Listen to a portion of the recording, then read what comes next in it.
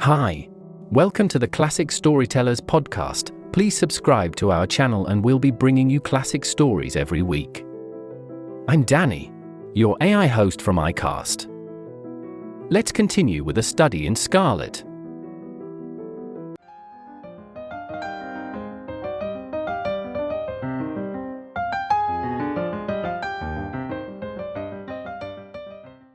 Chapter 7. Light in the Darkness.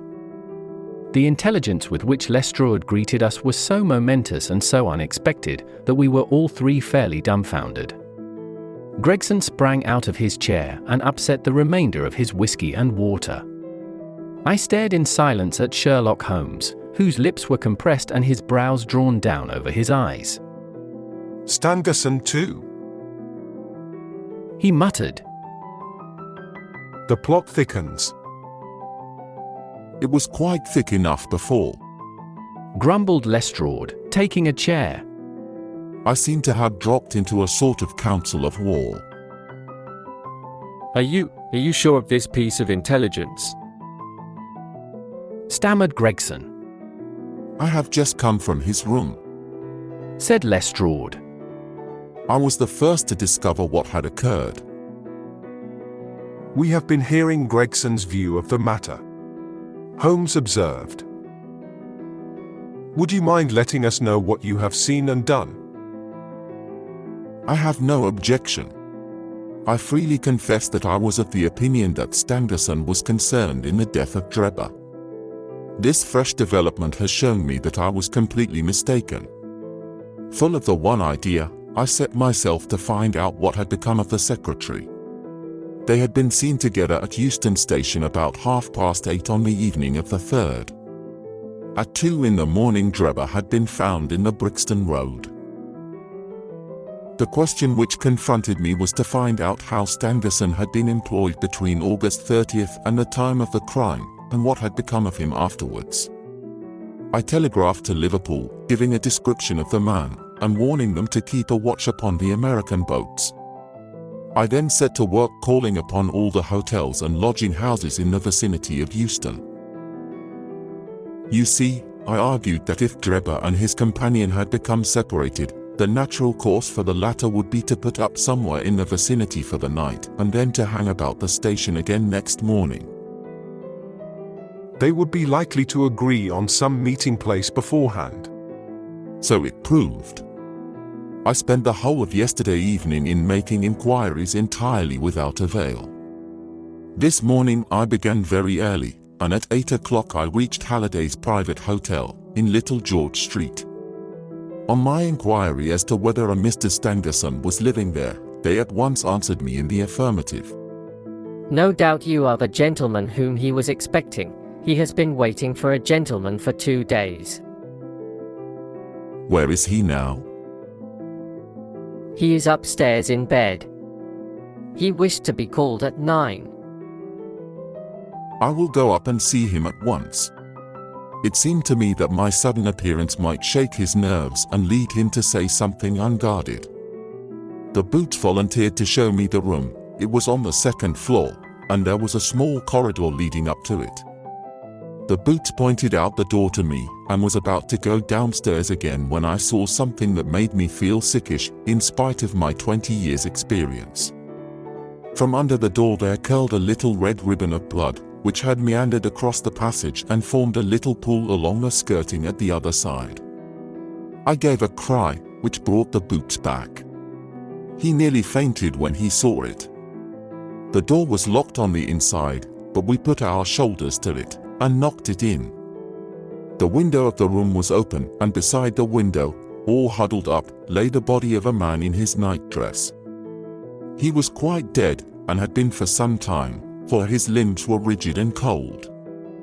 When we turned him over, the boots recognized him at once as being the same gentleman who had engaged the room under the name of Joseph Stangerson. The cause of death was a deep stab in the left side, which must have penetrated the heart. And now comes the strangest part of the affair. What do you suppose was above the murdered man? I felt a creeping of the flesh and a presentiment of coming horror, even before Sherlock Holmes answered. The word RACHE written in letters of blood. That was it, said Lestrade in an awestruck voice, and we were all silent for a while. There was something so methodical and so incomprehensible about the deeds of this unknown assassin that it imparted a fresh ghastliness to his crimes. My nerves, which were steady enough on the field of battle, tingled as I thought of it. The man was seen. A milk boy, passing on his way to the dairy, happened to walk down the lane which leads from the mews at the back of the hotel. He noticed that a ladder, which usually lay there, was raised against one of the windows of the second floor, which was wide open. After passing, he looked back and saw a man descend the ladder. He came down so quietly and openly that the boy imagined him to be some carpenter or joiner at work in the hotel. He took no particular notice of him, beyond thinking in his own mind that it was early for him to be at work. He has an impression that the man was tall, had a reddish face, and was dressed in a long, brownish coat. He must have stayed in the room some little time after the murder, for we found blood-stained water in the basin, where he had washed his hands, and marks on the sheets where he had deliberately wiped his knife. I glanced at Holmes on hearing the description of the murderer, which tallied so exactly with his own. There was, however, no trace of exultation or satisfaction upon his face. Did you find nothing in the room which could furnish a clue to the murderer? Nothing. Stangerson had Drebber's purse in his pocket, but it seems that this was usual, as he did all the paying. There was £80 in it, but nothing had been taken. Whatever the motives of these extraordinary crimes, robbery is certainly not one of them. There were no papers or memoranda in the murdered man's pocket, except a single telegram, dated from Cleveland about a month ago, and containing the words, "Ch7 is in Europe." There was no name appended to this message. And there was nothing else? Nothing of any importance. The man's novel, with which he had read himself to sleep, was lying upon the bed, and his pipe was on a chair beside him. There was a glass of water on the table, and on the windowsill a small chip ointment box containing a couple of pills. Sherlock Holmes sprang from his chair with an exclamation of delight. The last link. He cried, exultantly. My case is complete. The two detectives stared at him in amazement. I have now in my hands all the threads which have formed such a tangle. There are, of course, details to be filled in, but I am as certain of all the main facts, from the time that Drebber parted from Stangerson at the station, up to the discovery of the body of the latter, as if I had seen them with my own eyes. I will give you a proof of my knowledge. Could you lay your hand upon those pills? I have them, said Lestrade, producing a small white box. I took them and the purse and the telegram, intending to have them put in a place of safety at the police station. It was the merest chance my taking these pills, for I am bound to say that I do not attach any importance to them. Give them here. Now, doctor. Are those ordinary pills? They certainly were not. They were of a pearly grey colour, small, round, and almost transparent against the light. From their lightness and transparency, I should imagine that they are soluble in water. Precisely so, answered Holmes. Now would you mind going down and fetching that poor little devil of a terrier which has been bad so long, and which the landlady wanted you to put out of its pain yesterday? I went downstairs and carried the dog upstairs in my arms. Its laboured breathing and glazing eye showed that it was not far from its end. Indeed, its snow-white muzzle proclaimed that it had already exceeded the usual term of canine existence. I placed it upon a cushion on the rug. I will now cut one of these pills in two, said Holmes, and drawing his penknife he suited the action to the word. One half we return into the box for future purposes. The other half I will place in this wine glass, in which is a teaspoonful of water. you perceive that our friend, the doctor, is right, and that it readily dissolves. This may be very interesting, said Lestrade, in the injured tone of one who suspects that he is being laughed at. I cannot see, however, what it has to do with the death of Mr. Joseph Stangerson. Patience, my friend, patience. You will find in time that it has everything to do with it. I shall now add a little milk to make the mixture palatable, and on presenting it to the dog we find that he laps it up readily enough. As he spoke, he turned the contents of the wine glass into a saucer and placed it in front of the terrier, who speedily licked it dry. Sherlock Holmes' earnest demeanor had so far convinced us that we all sat in silence, watching the animal intently and expecting some startling effect. None such appeared, however. The dog continued to lie stretched upon the cushion, breathing in a labored way, but apparently neither the better nor the worse for its draught. Holmes had taken out his watch, and as minute followed minute without result, an expression of the utmost chagrin and disappointment appeared upon his features. He gnawed his lip, drummed his fingers upon the table, and showed every other symptom of acute impatience. So great was his emotion that I felt sincerely sorry for him, while the two detectives smiled derisively, by no means displeased at this check which he had met. It can't be a coincidence. It is impossible that it should be a mere coincidence. The very pills which I suspected in the case of Drebber are actually found after the death of Stangerson. And yet they are inert. What can it mean? Surely my whole chain of reasoning cannot have been false. It is impossible. And yet this wretched dog is none the worse. Ah, I have it. I have it. The unfortunate creature's tongue seemed hardly to have been moistened in it before it gave a convulsive shiver in every limb, and lay as rigid and lifeless as if it had been struck by lightning. Sherlock Holmes drew a long breath, and wiped the perspiration from his forehead. I should have more faith. I ought to know by this time that when a fact appears to be opposed to a long train of deductions, it invariably proves to be capable of bearing some other interpretation. Of the two pills in that box, one was of the most deadly poison, and the other was entirely harmless. I ought to have known that before ever I saw the box at all. This last statement appeared to me to be so startling that I could hardly believe that he was in his sober senses. There was the dead dog, however, to prove that his conjecture had been correct. It seemed to me that the mists in my own mind were gradually clearing away, and I began to have a dim, vague perception of the truth. All this seems strange to you. Because you failed at the beginning of the inquiry to grasp the importance of the single real clue which was presented to you. I had the good fortune to seize upon that, and everything which has occurred since then has served to confirm my original supposition, and, indeed, was the logical sequence of it. Hence things which have perplexed you and made the case more obscure have served to enlighten me and to strengthen my conclusions. It is a mistake to confound strangeness with mystery. The most commonplace crime is often the most mysterious because it presents no new or special features from which deductions may be drawn. This murder would have been infinitely more difficult to unravel had the body of the victim been simply found lying in the roadway without any of those outre and sensational accompaniments which have rendered it remarkable. These strange details, far from making the case more difficult, have really had the effect of making it less so.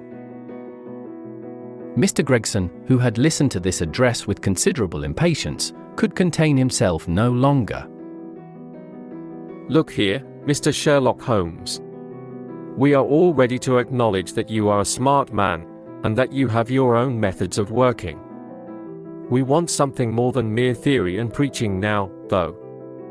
It is a case of taking the man. I have made my case out, and it seems I was wrong. Young Charpentier could not have been engaged in this second affair. Lestrade went after his man, Stangerson, and it appears that he was wrong too. You have thrown out hints here and hints there, and seem to know more than we do, but the time has come when we feel that we have a right to ask you straight how much you do know of the business. Can you name the man who did it? I cannot help feeling that Gregson is right, sir. remarked Lestrade. We have both tried, and we have both failed. You have remarked more than once since I have been in the room that you had all the evidence which you require. Surely you will not withhold it any longer. Any delay in arresting the assassin might give him time to perpetrate some fresh atrocity. Thus pressed by us all, Holmes showed signs of irresolution. He continued to walk up and down the room with his head sunk on his chest and his brows drawn down, as was his habit when lost in thought. There will be no more murders. You can put that consideration out of the question. You have asked me if I know the name of the assassin. I do. The mere knowing of his name is a small thing, however, compared with the power of laying our hands upon him. This I expect very shortly to do. I have good hopes of managing it through my own arrangements, but it is a thing which needs delicate handling, for we have a shrewd and desperate man to deal with, who is supported, as I have had occasion to prove, by another who is as clever as himself. As long as this man has no idea that anyone can have a clue, there is some chance of securing him, but if he had the slightest suspicion, he would change his name, and vanish in an instant among the 4 million inhabitants of this great city. Without meaning to hurt either of your feelings, I am bound to say that I consider these men to be more than a match for the official force, and that is why I have not asked your assistance. If I fail, I shall, of course, incur all the blame due to this omission, but that I am prepared for. At present I am ready to promise that the instant that I can communicate with you without endangering my own combinations, I shall do so. Gregson and Lestrade seemed to be far from satisfied by this assurance, or by the depreciating allusion to the detective police. The former had flushed up to the roots of his flaxen hair, while the other's beady eyes glistened with curiosity and resentment. Neither of them had time to speak, however, before there was a tap at the door, and the spokesman of the street Arabs, young Wiggins, introduced his insignificant and unsavory person. Please, sir, he said, touching his forelock. I have the cab downstairs. Good boy. Why don't you introduce this pattern at Scotland Yard? He continued, taking a pair of steel handcuffs from a drawer.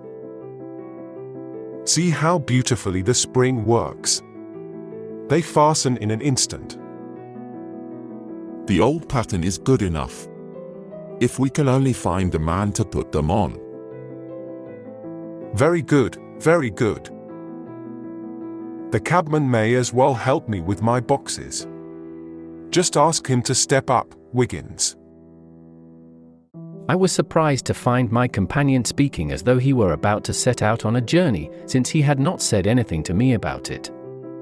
There was a small portmanteau in the room, and this he pulled out and began to strap.